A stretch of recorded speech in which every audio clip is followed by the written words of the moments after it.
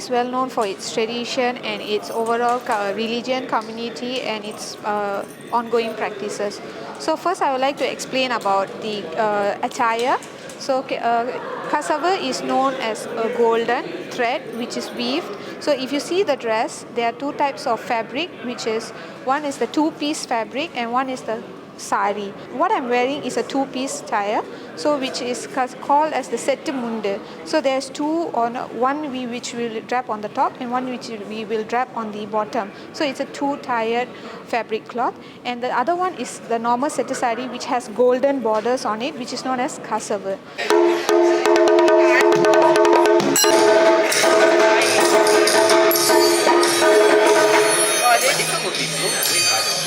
So Onam is a harvest festival in Kerala celebrated by Malayali Hindus. So on the first day we start with Attapookal, and this goes for 10 days. So the first day we'll start with yellow flowers, and progressively every day we use different colors, and together this is a family bonding session, and by the 10th day they have a whole set of Attapookal, and Attapookal basically is flowers on a rangoli design.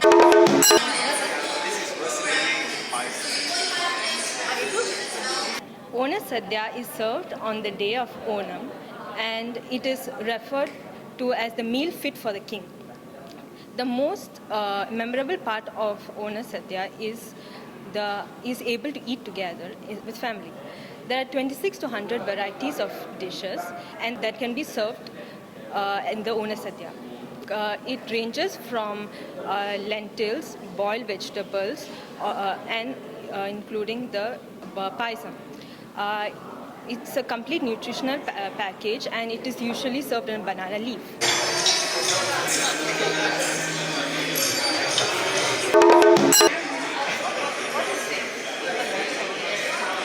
So a para is a traditional rice or grain measuring device that was used in households in Kerala before the advent of modern alternatives. So even though it's rarely used these days, it is an integral part of Kerala culture, which signifies prosperity and also a tribute to the olden times where when farming and agriculture was closely associated with the Kerala tradition. So this is a nilavalakku. A nilavalakku is a traditional Kerala lamp that is lit during auspicious occasions.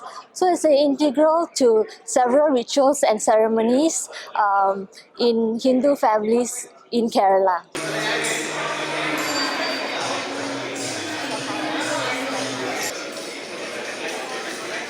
Kerala Malayalis are also well known for their gold, and they really love to wear gold ornaments and show their ornaments during any festive or any occasions. So moving on to the gold, if you see that I'm wearing here, it's called the Palaka Mala, which is derived from the pala tree.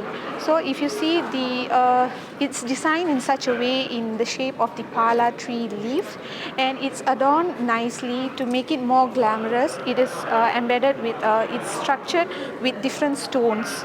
So it's particularly showing the green leaves. So they made the stone in a green to show the Palaka Mala. And the next which I'm wearing is the Mulla Motta Mala. Mulla Motta means it's jasmine. So jasmine is a form of divine love and a good fragrance. So this Mulla Motta is usually worn by brides in Kerala during their marriages to show love. And the last one which I'm wearing is the Kashu Mala, which is, if you see closely, it is made up of small gold coins. So these small gold coins are tied together and made as a gold into a form of a necklace. We usually wear this to show off our culture. Ellavarkkum namaskaram. Welcome to this evening of cultural insights into the Singapore Malayali community. Once again, introducing myself, I'm Jiyasudha and I'll be your MC for this evening. Today's event is jointly organized by the Centre for Singapore Tamil Culture as well as the National Library Board.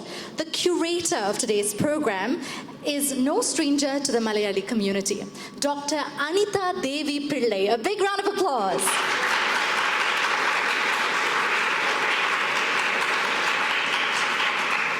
And this program program would not be possible without the partnership of the Singapore Malayalee Association and many other dedicated individuals from the community. Another big round of applause.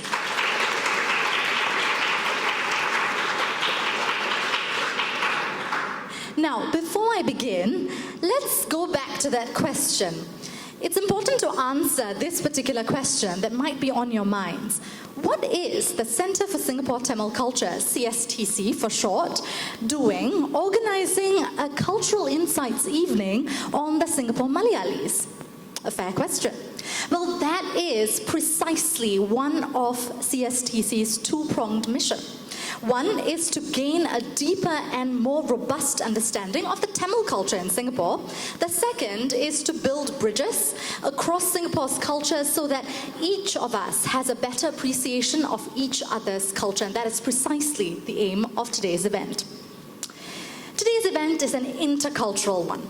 At the end of the event, we hope we all walk away with a deeper understanding of the Singapore Malayali community, the what's, why's, and how's behind the Singapore Malayali culture and practices, as well as firm friendships between Singapore Malayalis and the Singapore non-Malayali Indians, the Chinese, the Malays, and every culture from colourful Singapore. So, without further ado, let's kick off today's special evening. We begin our program with quite a colourful program to start us off. It's a medley of 3 different dance forms. It's very special, and I'll tell you why. The 3 different dance forms are the following: the Kaikoti Kali or Thiruvadira Kali, Opana, and Margam Kali. Kaikoti Kali is usually performed during festive occasions and on Thiruvadira Day. Opana is performed by the Malayali Muslims during marriages, while Margam Kali is performed by Malayali Christians. Here today, we have with us 3 generations of dancers, guys. 3 generations of dancers from the Naval Base Kerala Library performing all 3 of these dances together. Let's give them a big round of applause.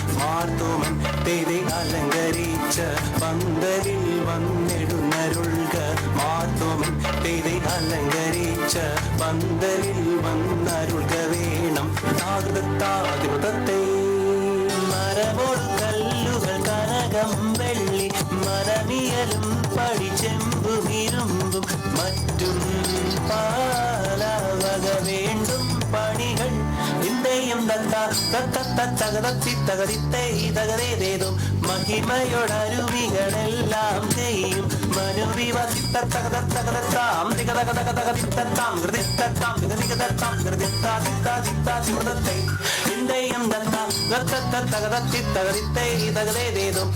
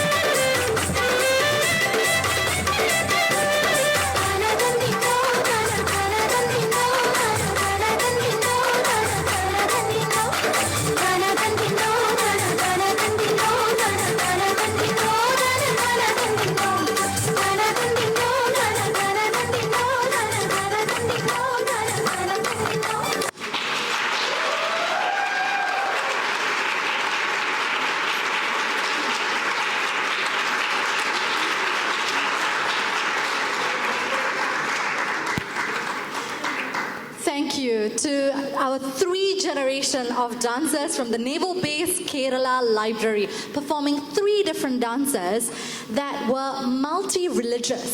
So you would see the Hindu, Christian and Muslim communities represented in the dances we saw so far, which is really special about the Malayali community. There are secular symbols within the community like the Nilavilakku that continues to bring the community together in dance, and other cultural practices that also bring the community together across religious divisions. Next up, we've got a special address by none other than the curator and coordinator of today's program, Dr. Anita Devi Pillai. Now, just before that, let me tell you a little bit about Dr. Anita Devi Pillai before we welcome her here to give her special address. Dr. Anita Devi Pillai is an applied linguist, teacher educator, and an author. She teaches at National Institute of Education, Nanyang Technological University. She is best known for her research into the Singapore Malayalee community, whom she has studied for more than a decade. In 2013, she was awarded a National Heritage Board grant that resulted in the publication of From Kerala to Singapore, Voices from the Singapore Malayalee Community. For this study, Anita was awarded the Privacy Express Research Excellence Award in 2017. Anita has also authored and edited creative and non-creative fiction books, as well as translated a historical fiction novel, Sembawang, a novel, in 2020 from Tamil into English. Both her creative work and research explore themes such as identity, heritage, and culture. She also serves on several boards such as the Tamil Language Council, Publications Consultative Panel, Indian Community Oral History Committee, and as the president of the Singapore Association for Applied Linguistics. Let's welcome Dr. Anita Devi Pillai.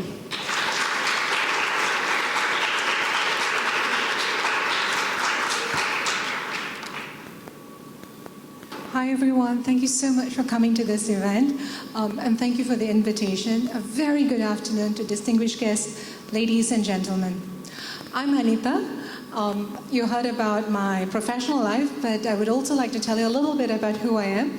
So I'm a fourth generation Malayali from my mother's side, and my great-grandfather migrated to Malaya. On my father's side, I'm a third generation Malayali, so both my parents are born and raised here. And I was raised, I speak all three languages, but I read and write in English and Tamil. So all three languages do play a very close, I have a very intimate relationship with all three languages, a very different sort of relationship. So without much further ado, let me begin with my talk. So the Singapore Malayalis, where do I start? Like, I can talk about this for the next 3 hours, but no, I've only got 20 minutes. I've got someone who'll be signaling to me as well, seated there. I've picked a few things that I would like to share with you. And before I do so, I would like to start with a song sung by Rekha Dinesh, a traditional Onam song, and it was shot and produced in Singapore.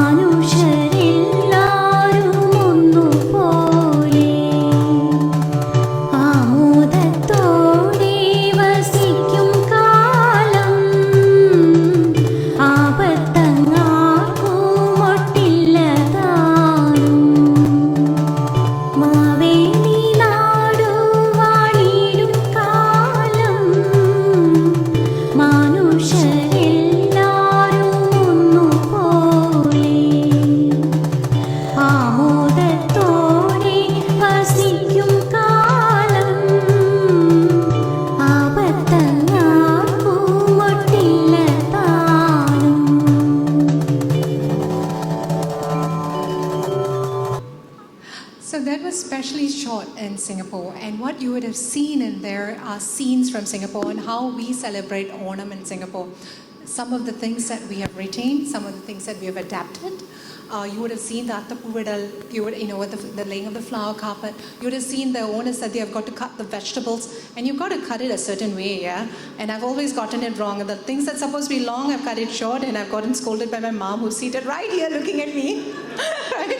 So, and every time now I look at vegetables, I'm like, okay, what is this going into? So there is this whole science behind it, and it's all got to be the same size. So it's not as easy.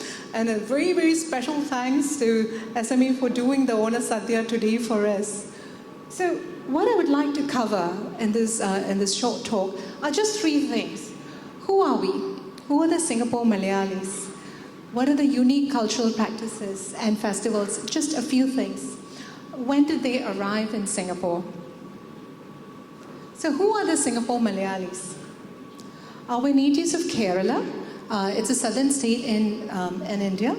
And we speak Malayalam, a Dravidian language. Malayalam came from Tamil.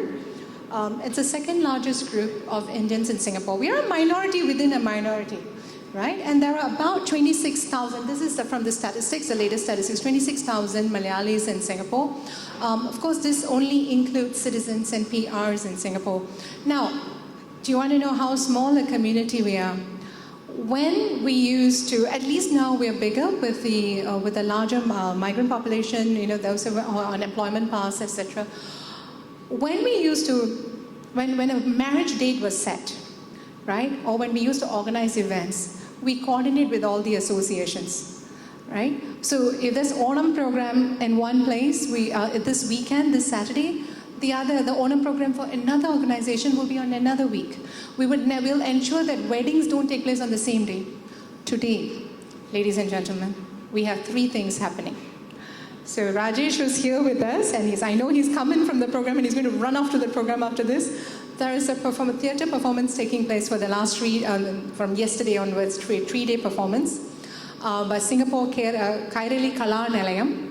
And there is Singapore Narayana Mission has an event tonight as well. So, there are three things happening. And of course, we are here celebrating the Singapore Malayali culture. Three things happening at the same time. This never used to happen in the past. But The wonderful thing is that now there are a lot more Malayalis in Singapore, and there are a lot more events taking place, and a lot more opportunities for us to showcase the culture, showcase the festivals, and showcase, the traditional art forms. So the community, interestingly, has been described in various ways. I love the first quote, yeah. It's that we're dangerous because almost everybody, whether he be employed or otherwise, is a politician, they say. So that's one. That was from the Deputy Chief Minister and Finance Minister of Kerala. This was in 1961. What Professor Rajesh Rai, who is the authority of Singapore Indians in Singapore, has written the book about Indians in Singapore, Oxford University Press. He commented that we had a disappropriate influence in Singapore because of the prominence of their involvement in community in Singapore. A close-knit community, and everyone knew someone, right? This is something the late President S.R. Nathan shared with me. So he had many stories about the Malayali community, and many stories about his friends and all. And he said, as soon as one guy came from Kerala, from one particular village, he would find that he would bring everyone else, right? He would bring the whole village down. And I asked him why. And he said, oh, well, they were a really close-knit community. So, they moved as a community, and that's why, that was really what was happening in those days. They've also been described as gravitating towards ideas-based jobs by Mr. Arun Mahernan. And again, that they were heavily involved in politics. So you would recognize some of the names here of some of the Malayalis in Singapore. I'm going to show you a list. I'm not sure whether you can see from the back of the room because it's, I tried to squeeze it into just 2 slides, yeah? Do you recognize any of the names? Couple of names? It's shown here too. Chances are you would know several of the names.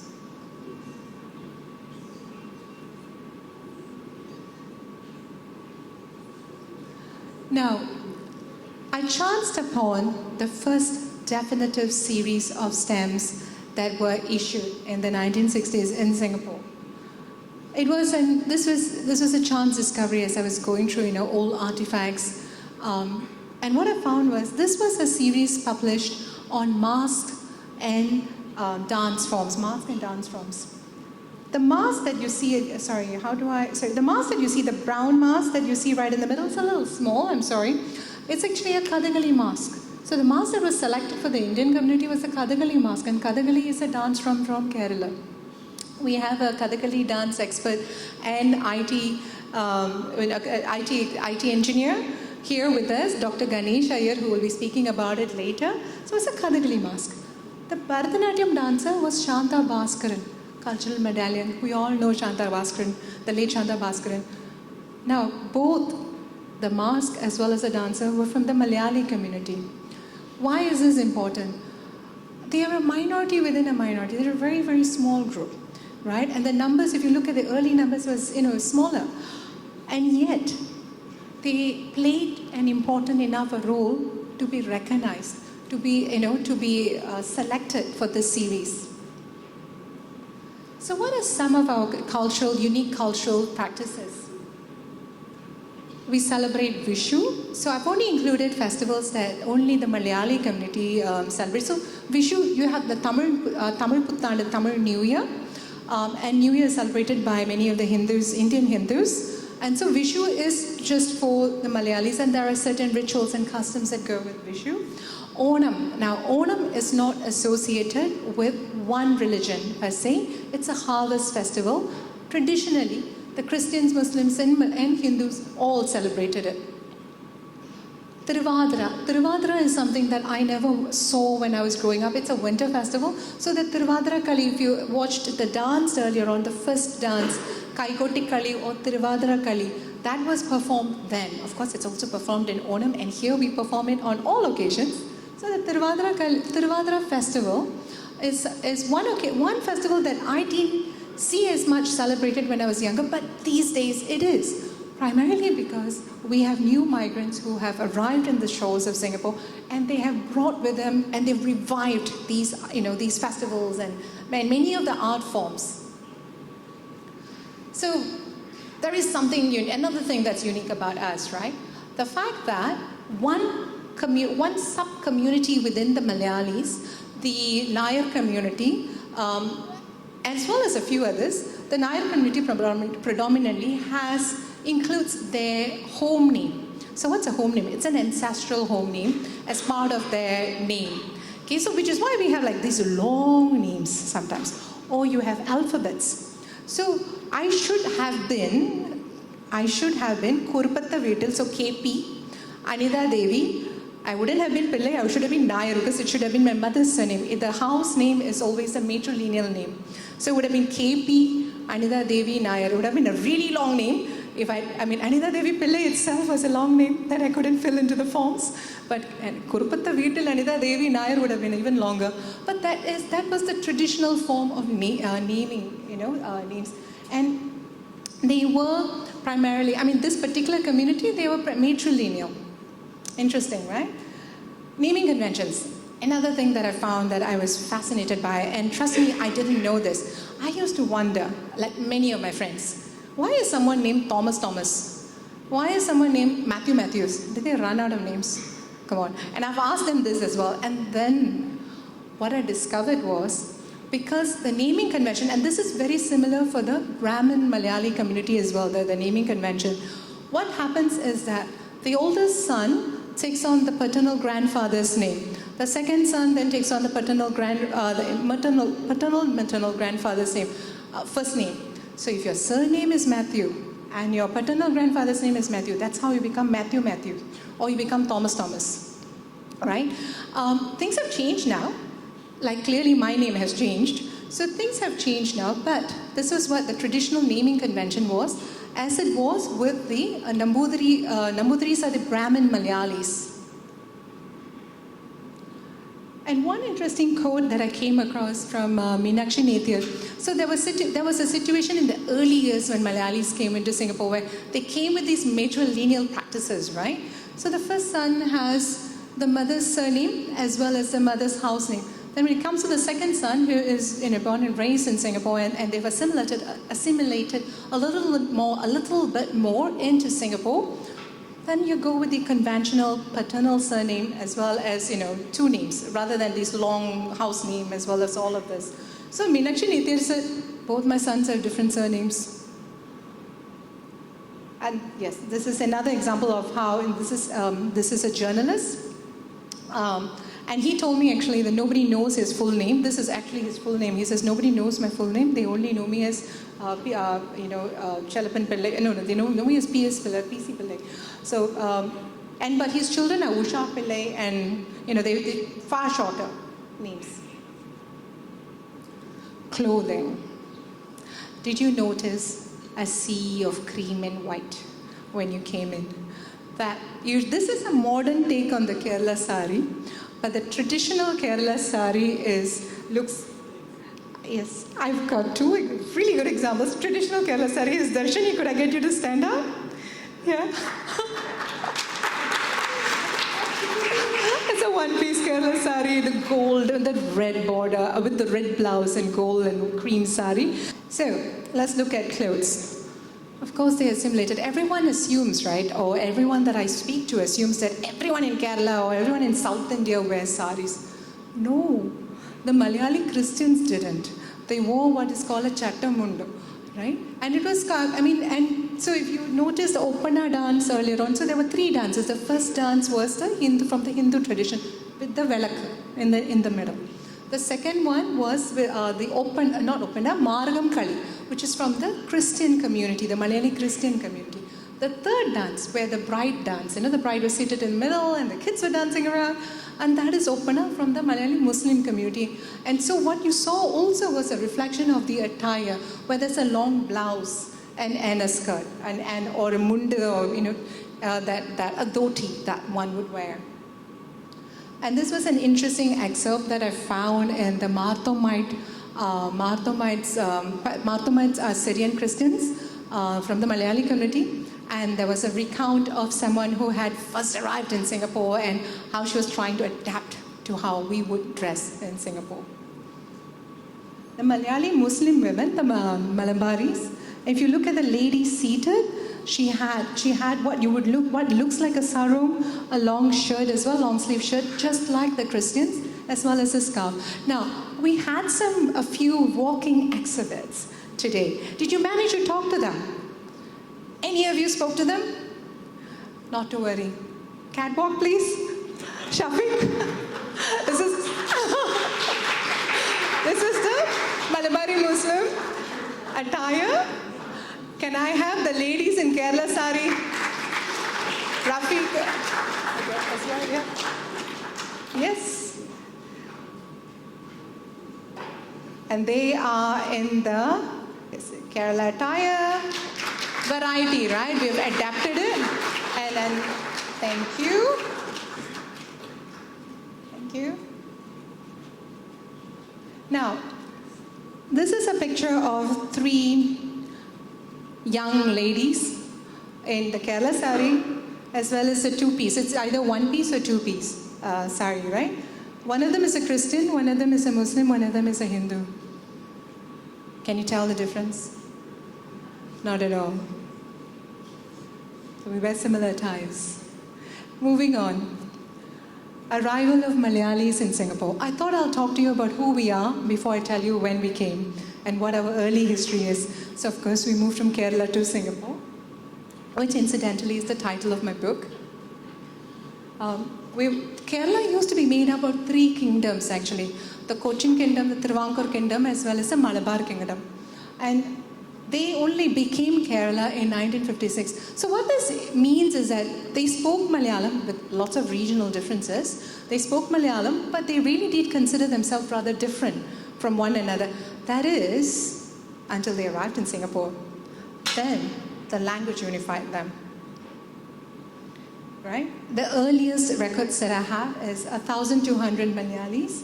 And this is in contrast to the almost 28,000 Malayalees in Singapore. The earliest statistics records that can be found is in 1911. Historian Arasaratnam says that there are no concrete records before that of the Malayali community. Who arrived first? The earliest records that we would have is of the Malabar Muslim cemetery.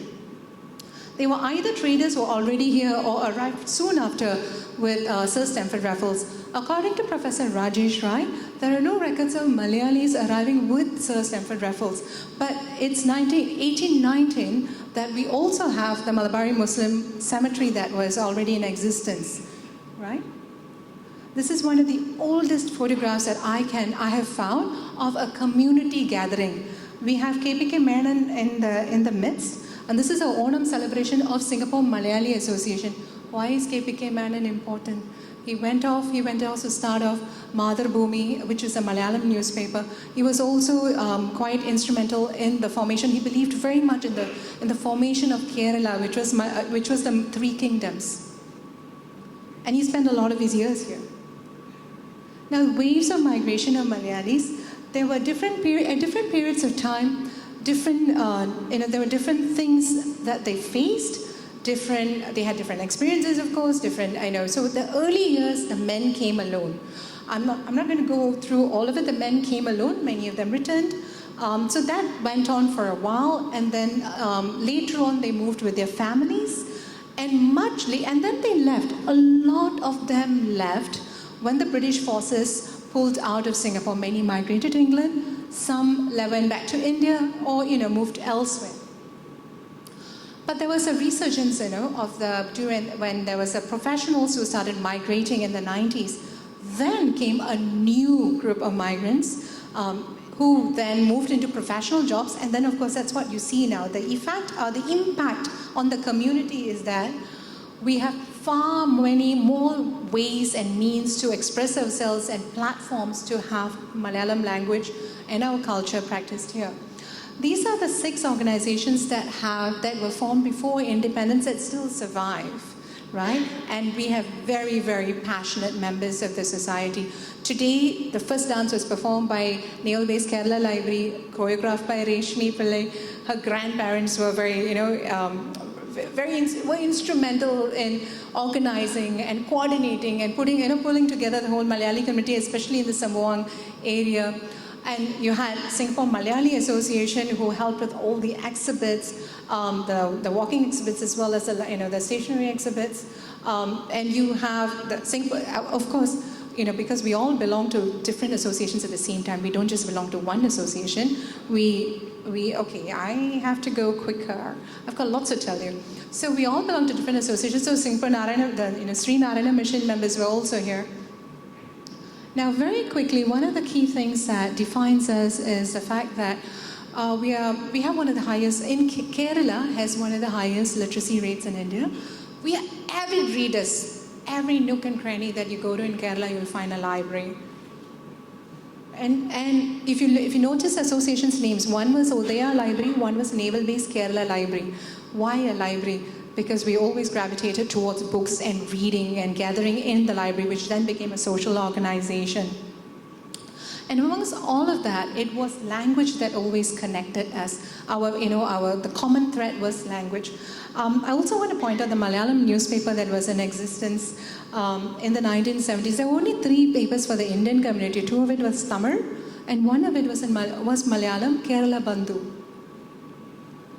Why are publications important? It is my hypothesis, of course, as an applied linguist as well, that the publications of this particular minority community have helped to keep the language going. The Malayalam language classes, but a lot of it has to do with publications. Many of the minority communities do not have a tradition of having these sorts of magazines that were published, and all the associations have had magazines published about to highlight the key events and key ideas, and platforms to share ideas. So our publications is a very, very important part of this whole discourse of keeping the community and the language alive. What do we have right now that I am very hopeful that the community will not lose its language or culture? A couple of things that I do feel are crucial and important and will play an important role in time to come is the fact that the literary forum, we've always had gatherings around books and discussions, and we have the Singapore Malayalee Literary Forum. Malayalam Language Education Society has a very, very special place in my heart because it is also the place where where Malayalam language is taught, and they have a lot of children as well as adults studying there. Pravasi Express, after a long time, once Kerala Bandhu closed and Pravasi Express started, and it's an online bilingual paper. It highlights events in Singapore. It is both in Malayalam and English. The Singapore Malayalee Association's youth wing. We've always had youth wings. Every association has youth wings, but the youth wing is open to everyone. You don't have to be a Malayali to join it. And that really helps to bring different people closer to the community. So my concluding remarks. Transmission of the mother tongue is one thing that we do face a challenge. I mean, I know all communities face this challenge with mother tongue language. We do face a challenge with that, but I'm very, very hopeful because there are lots of platforms that we have created for them to share their language, to speak in their language fluently. And of course, you need a concerted effort to keep it going, but there are many things that's already in place to keep it going. When we do Malayalam dramas, I watched the Malayalam drama by Kairali Kala Nilayam yesterday. There were subtitles. And I thought, oh, this is wonderful. Even if you don't understand, classical Malayalam, and I don't, right? Because I didn't learn to read or write Malayalam. So I understand Tamil at a greater depth than I do with Malayalam. The subtitles helped. When I didn't know a word, I quickly looked up. And that really, really helped. And that's the direction we're going. We're ensuring that it's inclusive, not that we exclude anyone. There's an increase in number of activities. Those days, we had a couple of associations and a couple of Onam nights. When Onam comes, it goes on for 2 months these days, Onam celebrations. What has happened? So I believe we've come a full circle again. The early migrants arrived. They set up associations. There were lots of activities. They set up associations related to their kingdoms. There was a Travancore football club, etc. So they had affiliations to their kingdoms. Later on, of course, it was primarily Singapore affiliation to Singapore. Now and then they shifted away, and then it was, they were assimilated to Singapore. They were Singapore Indians, but not many of them spoke the language or practiced the culture. And now there's a resurgence with the new migrants. A lot more things are taking place, and they have brought a lot of the Malayali community who have not participated in many of these events back into the fold. So we've come a full circle again, if you were to ask me. I hope some of the things I shared will get you thinking about the migration stories in your community, because I don't think ours is a unique experience. I think it's one that we all share. Thank you, everyone.